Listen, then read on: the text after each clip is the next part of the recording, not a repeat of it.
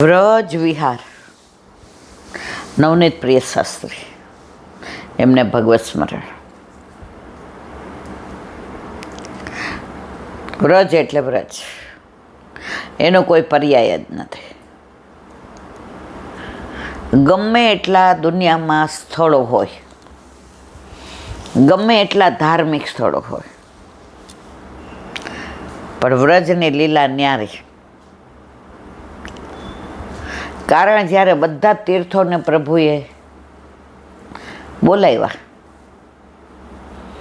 ના પ્રયાગરાજને head of the department બનાવ્યા, તો રાજી થઈ ગયા કે આપણે તો હેડ ઓફ ધી ડિપાર્ટમેન્ટ. એણે બધા તીર્થોને બોલાવ્યા, બધા જ આવ્યા, વ્રજ નો આવ્યું. પ્રભુને ફરિયાદ કરી એ કે બધાય તીર્થ આવ્યા, વ્રજ કાનું આવ્યું પ્રભુ? ઠાકોરજી કે સાંભળ, બધા તીર્થો છે, વ્રજ મારું ઘર છે. અને એ 4.5 મહિના જ્યારે આપણે લીલી પરિક્રમા કરીએ છીએ, ત્યારે બધા તીર્થસ્થાનો વ્રજમાં આવીને વસે છે. કોનો આશરો લઈને? પ્રભુનો. એટલે ત્યારે આપણે જેટલા વ્રજમાં મંદિરો હોય ને, પછી માતાજીનું હોય કે મહાદેવનું હોય, ચકલેશ્વર મહાદેવ હોય કે ભૂતેશ્વર હોય કે નંદીશ્વર મહાદેવ હોય કે આશેશ્વર મહાદેવ હોય, આપણે બધે દર્શન કરવા જાય છે. કેમ? કોના આશરે આવ્યા છે? હા, તો આપણો સંબંધ કોની હારે? ઠાકોરજી હારે. તો ઠાકોરજીના આશરે આવે તો આપણે એમાં કાંઈ ના પડાય. એટલે જ યાત્રા ભાદરવા મહિનામાં હોય કે બધા તીર્થો ત્યાં આવીને વાસ કરે છે. અને તમે જુઓ ને, ભાદરવા આસો મહિનામાં લીલોતરી ને યમુનાજી ભરપૂર હોય, ચારે બાજુ આમ વાતાવરણ સરસ હોય ને, બધે ઓલી પરિક્રમા હોય એટલે વૈષ્ણવ દેખાતા હોય ને, વલ્લભકુળ હોય ને, ગોર બધાને લઈ જતા હોય ને, ઓલા કેવાય પાલ પડ્યા હોય ને, પાલની અંદર તમે જુઓ તો સાંજે પાણી છંટાતા હોય ને, રાસ થતા હોય ને, એ રાસની રમઝટ જામી હોય ને, રાતના ઢાઢી લીલા ને રાસ લીલા ને, વલ્લભકુળ ભેગા ઠાકોરજી હોય, એના મનોરથ હોય ને, અને સવારના બધાય 5, 5:30 તો ઠાકોરજીને પહોંચીને મંગળા કરીને માથે જાંપીજી લઈ અને એ બધાય તાલવન ને મધુવન ને બૌલાવન ને કુમુદવન ને વૃંદાવન ને બચવન ને બાંડીરવન ને બિહારીવન ને કોકિલાભન ને ભદ્રવન ને બેલવન ને માઠવન ને કુંજ ગેરેવન ને કુંજ ને નિકુંજ લીલા ને 84 ખંભા ને. તમે જો તો 40 દિવસ ઓછા પડે, 40 મહિના રહીએ ને તો એમ થાય કે આ વ્રજમાં. કારણ કે જ્યાં જાય ને ત્યાં થોડું, પહેલાંના વૈષ્ણવ ઘરે કહીને જ નીકળતા કે આવીએ તો વાહ, ન આવીએ તો રામે રામ. એવું કોઈ ભેગા ના જતા, બધા ગ્રુપમાં જાય. હવે કોમોદ વન ગયા ને ત્યાં બહુ આનંદ આવ્યો, તો અઠવાડિયું અઠે દ્વારકા કરી દેતા. બધી સામગ્રી ભેગી હોય, જાતે રસોઈ કરવાની, ઠાકોરજીને ભોગ ધરવાનો, લેવાનું ને સત્સંગ કરવાનું, ઢોળ ગાયને કીર્તન ગાયને રાસ ને. તમે જુઓ તો એ મસ્તી શબ્દ દ્વારા વર્ણિત ન થાય. પછી ધીમે ધીમે આવ્યું કે ભાઈ 40 દિવસ, કારણ કે હવે બધી વાહનની વ્યવસ્થા થઈ ગઈ. પહેલાં તો બધા ઘરેથી જ ચાલીને ગાડામાં નીકળતા. એક વૈષ્ણવ હતા ને, એણે દાળીઓ કરતા, એટલે બધાય જાય ને, એટલે એ વૈષ્ણવ હતા, એટલે દર વર્ષે થોડા પૈસા બચાવે કે આપણે પરિક્રમા કરવા જાવું છું. હવે 10 વર્ષ થયા એટલે એને રાજી થઈ ગયા કે હવે આપણે જવાશે. બધું નક્કી થઈ ગયું, પણ એને ગાડું નહોતું. હવે આ બધું એ ધરીને લેતા આ પહેલાંની વાત છે. હવે બધી સામગ્રી ભેગી, ઠાકોરજી, થોડા પાત્ર હોય, 3 જોડી કપડાં હોય, ઠાકોરજીનું બધું હોય. હવે એણે વિચાર કર્યો કે જે શેઠના ઘરે આપણે ખેતરમાં કામ કરીએ છીએ એને પૂછી જોઈએ. એટલે એની વહુ કે હે આ કાંઈ અઠવાડિયાની વાત છે, આ તો 6 મહિનાય થાય ને વરસ એ થાય, તો શેઠ બિચારા વરસ ગાડા વિના શું કરે? એને બળદ નહીં ધોસરવાના, એને ખેડવાનું નહીં, એને કોહમાંથી પાણી નહીં કાઢવાનું, એવું પૂછવાનું જવાય હોય કે. એટલે ઓલો કહેતો પણ આ બધું કરશું કેમ? એ કે આવતે વર્ષે. કે આવતે વર્ષે આપણે ગાડું લેવાના, આવતા વર્ષે આપણી જમીન હશે, આપણે મનોરથ કર્યો ને, ગાડું કોઈને માગવા જવાય? હવે બધાએ પૂછ્યું. એ કે સમજે તારે ને લીલા વહુને, એટલે કે વિચાર તો છે પણ થોડોક મોડો છે. એ કે કેમ? એ કે તમારે વહુને પૂછી જુઓ. લીલા વહુ કે મને શું પૂછે? એટલે કે ઠાકોરજીની ઈચ્છા હશે એમ થશે. એટલે પછી શેઠ હતા ને એ બહુ, એના જે કામ કરતા એ શેઠ બહુ દયાળુ હતા. એણે રાતના બધાને બોલાવ્યા ને કીધું કે જો ભાઈ, હું તો નથી આવી શકતો વ્રજમાં, પણ તમારા ભેગા થઈને યમુનાજીનો કુંવારો કરો અને ગિરિરાજજીનો કરો, એમાં મારો વિનિયોગ. એટલે ઓલા જે આ શામજી ને લીલા વહુ હતા એ કે આપણો વિનિયોગ? એ કે વિનિયોગ શું, હજી આપણે જવાનું નક્કી છે ગાડું આપણી પાસે? પછી બધા ઊભા થયા એટલે શેઠે બોલાવ્યા, લીલા વહુ અહીં આવો. હવે દાડિયા તો તમારા બદલે બીજા રાખીએ, તમે આવશો એટલે જોયું જશે, પણ જાશો કેવી રીતે? કે શેઠ ઠાકોરજી ભેગા માથે બિરાજે છે. લીલા વહુ નવું ગાડું આવવાનું છે કાલ સવારે, એટલે જૂનું ગાડું તમારે લઈ જવાનું છે. લીલા વહુની આંખમાંથી આંસુઓની ધારા ગઈ કે જેને વિઠ્ઠલ નાથ વિચારે રે એને પ્રગટ પદાર્થ ચારે રે. આપણે બધાએ વિચારીએ જ કે આમ કરીએ તો, પ્રભુએ બધું વિચારેલું જ છે. તું મનોરથ કર, પૂર્ણ કરવાની જવાબદારી એની. આપણે ઠાકોરજી પુશ કરાવ્યા ત્યારે મારી જોબ, છોકરાઓ નાના, પૈસાની તકલીફ, રૂમ રસોડામાં રહ્યા.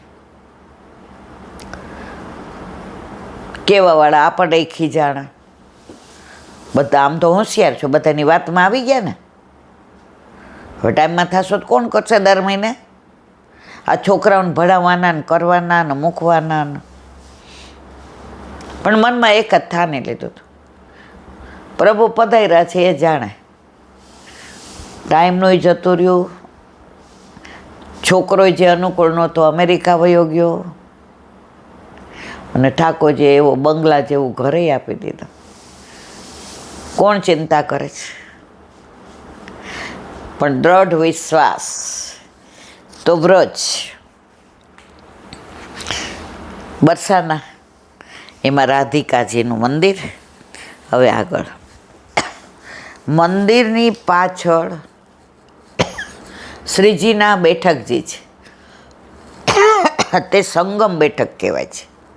મંદિરની પાછળ શ્રીજીના બેઠકજી છે, તે સંગમ બેઠક કહેવાય છે. મંદિર પાસે ગ્વાલિયર મહારાજાએ બંધાવેલી આરસની સુંદર છત્રી, જે આપણે દર્શન કર્યા છે, રળિયામણું સુંદર છે. ઓલા નહીં માટલાવાળા આપણને કહેતા, ત્યાં પ્રતિ વર્ષ હિંડોળા થાય છે. હિંડોળાનું કેટલું મોટું ઓલું છે. મંદિરથી થોડે દૂર જયપુર મહારાજાએ બંધાવેલું નવું મંદિર છે. બે સરખા જ છે. ઓલું જયપુરના મહારાજાએ, પણ લાડલીજી ત્યાં ન બિરાજ્યા. હવે સાંભળો, સ્વામીજી સ્વેચ્છાથી મૂળ મંદિરમાં બિરાજ્યા કે મારે નવા મંદિરમાં ન જવું, મારે અહીંયા જ રહેવું છે. તો આજની તારીખમાં પણ લાડલીજીનું મંદિર કહેવાય છે, સામનેજીનું, રાધાજીનું, વૃષભાનજીનું ઘર ત્યાં ન પધાર્યા ને. જયપુરના રાજા એ મંદિર કેવું સુંદર, આપણે દર્શન દર વખતે જાય કરીએ છીએ, આમ જોઈને આમ આનંદ આવી જાય. પણ કે ના, મારે ત્યાં જ બિરાજો છે. તો સ્વામીજી સ્વેચ્છાથી મૂળ મંદિરમાં બિરાજ્યા, તેથી અહીં બીજું સ્વરૂપ પધરાવ્યું છે. મંદિરની ભીતો પર શ્રી કૃષ્ણ લીલાના સુંદર ચિત્ર છે. આપણે જોયા છે ને, ચારે બાજુ છે. મંદિરની ભીતો પર સુંદર કૃષ્ણ લીલાના સુંદર ચિત્ર છે. અહીં પ્રિયા પ્રિયતમ તથા સનક સનાતન સનંદન અને સનત નારદજી તથા બિહારીજીના સ્વરૂપો છે. ત્યાં ચારે બાજુ રાધા તેરો ભલો બન્યો બરસાનો, રાધા તેરો ભલો બન્યો બરસાનો. બરસાનો કોનો? તો રાધાજીનો. જ્યાં અમી વર્ષા વર્ષે જ રાખે છે, ત્યાં જઈએ એટલે એમ થાય જવાશે કે નહીં. કારણ કે ગેરેવન મહાપ્રભુજીના બેઠક સુધી તો મારો વાલો બોલાવે, પછી આગળ હાલીએ એટલે મોરકુટી, આ બાજુ માનગઢ, આ બાજુ દાનગઢ, આ બાજુ વિલાસગઢ, પછી ઓલા દવ ઉપપ્રાણ એક પ્રાણ, કે આખા વ્રજમાં ઠાકોરજીએ દાન લીધું છે, અહીંયા દાન આપ્યું છે, સામે હિંડોળાનું. હવે ત્યાં જાય એટલે એમ થાય આટલું બધું નહીં ચલાય, શ્વાસ ચડી જાય, પગ તો હાલતા નથી. પછી બધા એમ કે નીચેથી ગાડીવાળો લઈ જાય તો થાય. તો ગાડીવાળાએ ચોખ્ખી ના પાડી કે ત્યાં તો 2 કલાકે વારો આવે, એટલે હાલો ઘરે. મનમાં એવી વ્યથા થાય કે અરે, ત્યાં ઉપરથી એક વૈષ્ણવનો ફોન આવ્યો, ઈલાબેન જરાય ગીરદી નથી, અમે પહોંચી ગયા છીએ, તમે જલ્દી ગાડીમાં આવો. ઓલાને કીધું કે ના. મેં તો ભાઈ નો હોય તું તાર ત્યાંથી પાછી વાર લે. ઓલો આવ્યો 8:30 10-15 મિનિટમાં તો લાડલીજીને મંદિર. સામનેજી તો અંતર્યામી જાણે છે કે દુઃખી થઈ ગઈ છે કે મારાથી દર્શન નહીં થાય તો. વ્રજમાં આપણને દુઃખી થવા દે, આપણે એના ઘરે આવ્યા છીએ મારા વાલા. રાધા તેરો ભલો બન્યો બરસાનો પ્રસિદ્ધ છે. અહીં ભાદરવા સુદ 8મથી 14 મોટો મેળો ભરાય છે. કારણ કે લાડલીજીનો પ્રાગટ્ય ઉત્સવ ક્યારે? ભાદરવા મહિનામાં 8મના દિવસે. રસિકવર ચતુર શિરોમણી ભગવાન શ્રી કૃષ્ણએ શ્રી સામનેજી પાસે ગુપ્ત રીતે વિવિધ વેશથી વારંવાર પધારતા. ઠાકોરજીએ જેટલી લીલા વ્રજમાં કરી છે ને, એમાં નિકુંજ લીલા, પનિહારી લીલા હોય કે વૈદની લીલા હોય કે પછી પુરોહિતની લીલા હોય કે બંગડી વેચવાવાળાની, બધી લીલા અહીંયા કરી છે. અને સામનેજીને ઠાકોરજી સાથે જે લીલા કરે એ તો માહે પડ્યા મહાસુખ માણે દેખન હારા દાજે. રસિકવર ચતુર શિરોમણી ભગવાન શ્રી કૃષ્ણ સામનેજી સાથે ગુપ્ત રીતે વિવિધ વેશથી વારંવાર પધારતા. તે મનિહારી લીલા, સોનારણ લીલા, રંગરેજી લીલા, જોગી લીલા, માલણ લીલા વગેરે પ્રસિદ્ધ છે. સાંજે પ્રસંગોમાં પણ શ્યામા સખી બનીને પધારતા. સખી રૂપ અહીંયા ધરીને આવતા, સાવરી સખી.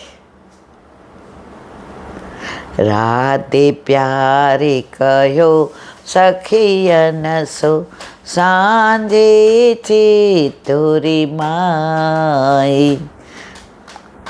સાંજીના બાને આવ્યા, માએ પૂછ્યું કોણ છે? એ કે આને સાંજી બનાવતા બહુ સરસ, હવે આના જેવી કોઈ ન બનાવે. માં કે ત્યારે બનાવો. ક્યાંથી આવ્યા છે? એ કે નંદગાંવ થઈને. બનાવી. હવે રાતના મોડું થઈ ગયું. શું બનીને આવ્યા હતા? શ્યામા સખી. એમને તો માં અંદર આવવા દે નહીં. હવે રાત પડી ગઈ. માં કે હવે મોડું થશે, અહીંયા જ હોઈ જાઓ. અને પછીની લીલા આપણે બધા જાણીએ છીએ. અહીંયા માળણ બનીને નહીં આવે, જોશીડો બનીને આવે. એ કે હાથ જોઈને કહી દઉં. તો કે આમાં રાધાજીને જોઈ દો ને જરા. એ કે મેલમાં આવવું પડશે. એ કે હાલો બતાવો હાથ.